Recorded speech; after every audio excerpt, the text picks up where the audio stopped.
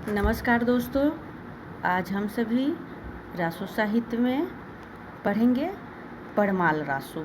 दोस्तों, मैं आपको पहले ही बता दूं कि हम लोग परमाल रासो, खुमान रासो, हमीन रासो और विजयपाल रासो के बारे में पढ़ेंगे, इसीलिए आप वीडियो को अंत तक देखें। चलिए दोस्तों, शुरू करते हैं। परमाल रासो जिसके लेखक है जगनिक, इसकी रचना काल है वो 1230 विक्रमी संवत। प्रधान रस है वो वीर रस है।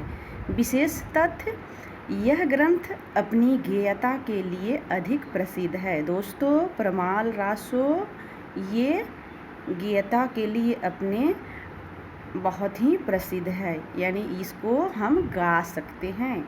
उत्तर प्रदेश एवं उत्तराखंड में इस काव्य को आल्हा या आल्हा खंड कहा जाता है। दोस्तों, आल्हा या आल्हा खंड नाम से किस रासो ग्रंथ को जाना जाता है?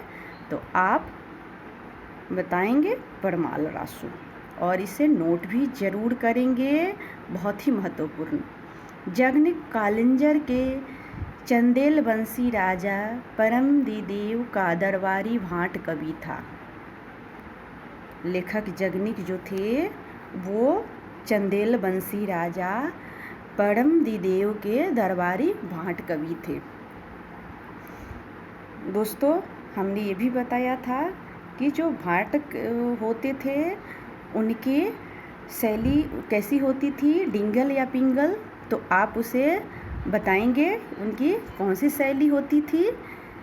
इसका मैं वीडियो अपने YouTube चैनल पे डाली हूँ, वो आप देख सकते हैं। चलिए, जिसने महोबा के 2 देश प्रसिद्ध वीरों आल्हा एवं रुदल के वीर चरित्र का विस्तृत वर्णन एवं वीर गीतात्मक काव्य के रूप में किया है। आल्हा और रुदल नाम के 2 वीर थे जिनके वीर गीतात्मक काव्य में रूप किया है। हजारी प्रसाद द्विवेदी के अनुसार यह अर्ध प्रमाणित काव्य माना जाता है। आचार्य हजारी प्रसाद द्विवेदी ने इस काव्य को अर्ध प्रमाणित माना है। और दोस्तों, ये याद रखेंगे कि यह गेय काव्य है। इस काव्य के गीत ज़्यादातर वर्षा ऋतु में गाए जाते हैं। इसमें रचित वीर हुंकार का एक पद यहाँ दृष्टव्य है। 12 बरस लय कुकर जिए और 13 ले जिए सियार, बरिस 18 छत्री जिए, आगे जीवन को धिरकार। दोस्तों, ये जो 2 पंक्तियाँ है इस काव्य से लिया गया है, और परीक्षा में ये 2 पंक्तियाँ पूछ लिए जाते हैं और पूछा जाता है कि ये किस रासो काव्य की पंक्तियाँ है या इसके लेखक कौन है। तो आप इसे ज़रूर याद कर लेंगे। इस रचना का सर्वप्रथम प्रकाशन 1865 ईस्वी में फर्रुखाबाद के तत्कालीन कलेक्टर चार्ल्स एलियट के द्वारा आल्हा खंड के नाम से करवाया गया था। इसके बाद डॉक्टर श्याम सुंदर दास के द्वारा नागरी प्रचारणी सभा काशी के माध्यम से परमाल रासो के नाम से इसका प्रकाशन करवाया गया। इस रचना के गीतों को गेय परंपरा का मुख्य केंद्र वैश्वारा, महोबा, बुंदेलखंड माने जाते हैं। इस रचना का गेय परंपरा का मुख्य केंद्र कौन कौन सा है? तो वो है वैश्वारा, महोबा और बुंदेलखंड। इस रचना के गीत आषाढ़ और श्रावण मास वर्षा ऋतु में गाए जाते हैं। दोस्तों, इससे पहले हमने पढ़ा था विशल देव रासो के बारे में।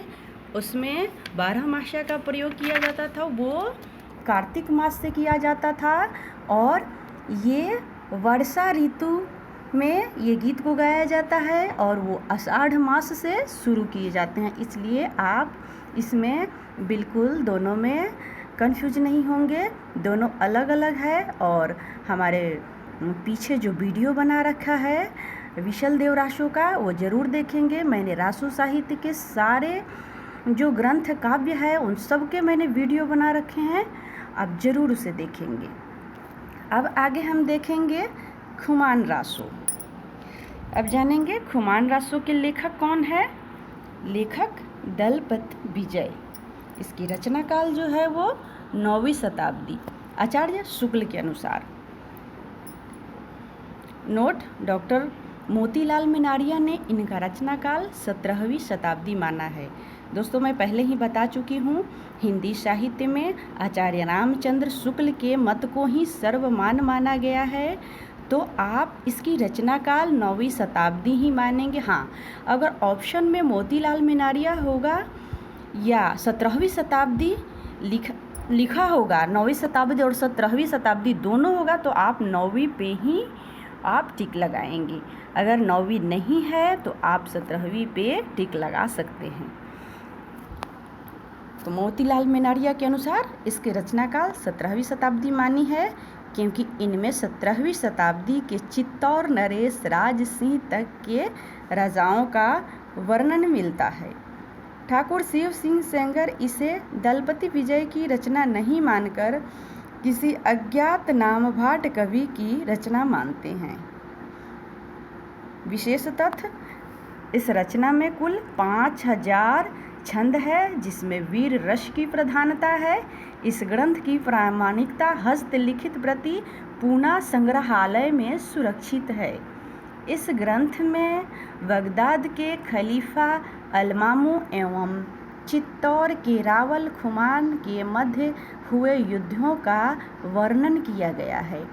आचार्य शुक्ल के अनुसार राजा खुमान का शासनकाल 859 ईस्वी से 893 विक्रम संवत तक माना जाता है एवं इनके द्वारा कुल 24 युद्ध किए गए थे। इस रचना के खुमान नामक 3 राजाओं की वीरता का वर्णन किया गया है।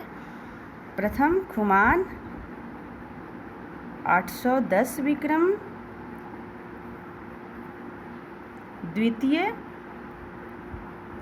द्वितीय खुमान 870 विक्रम, तृतीय खुमान 965 विक्रम।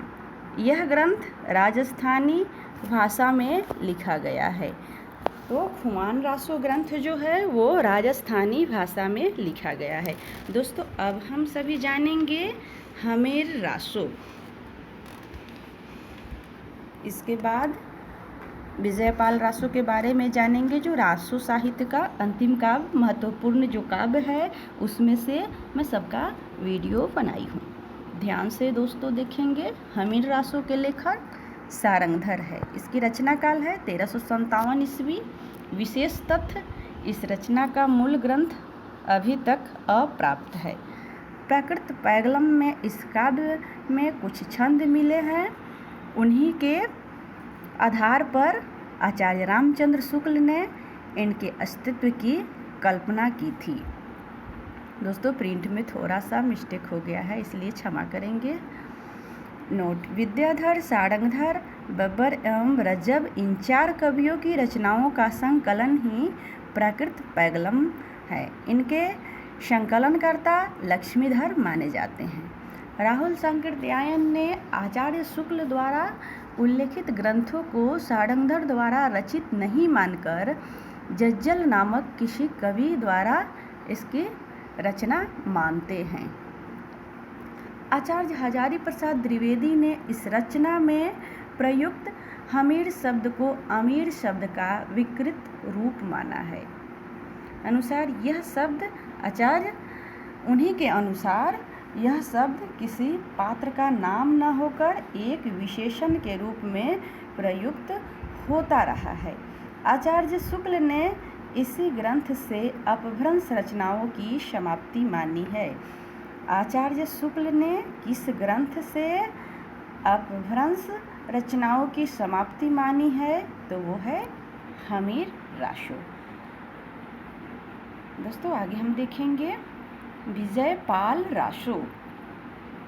विजयपाल रासो जिसके लेखक हैं नल्ले सिंह भाट। रचना काल 16वीं शताब्दी मिस्र बंधु के अनुसार 1298 ईस्वी। विशेष तथ्य, यह ग्रंथ मूलतः अपभ्रंश में रचित है।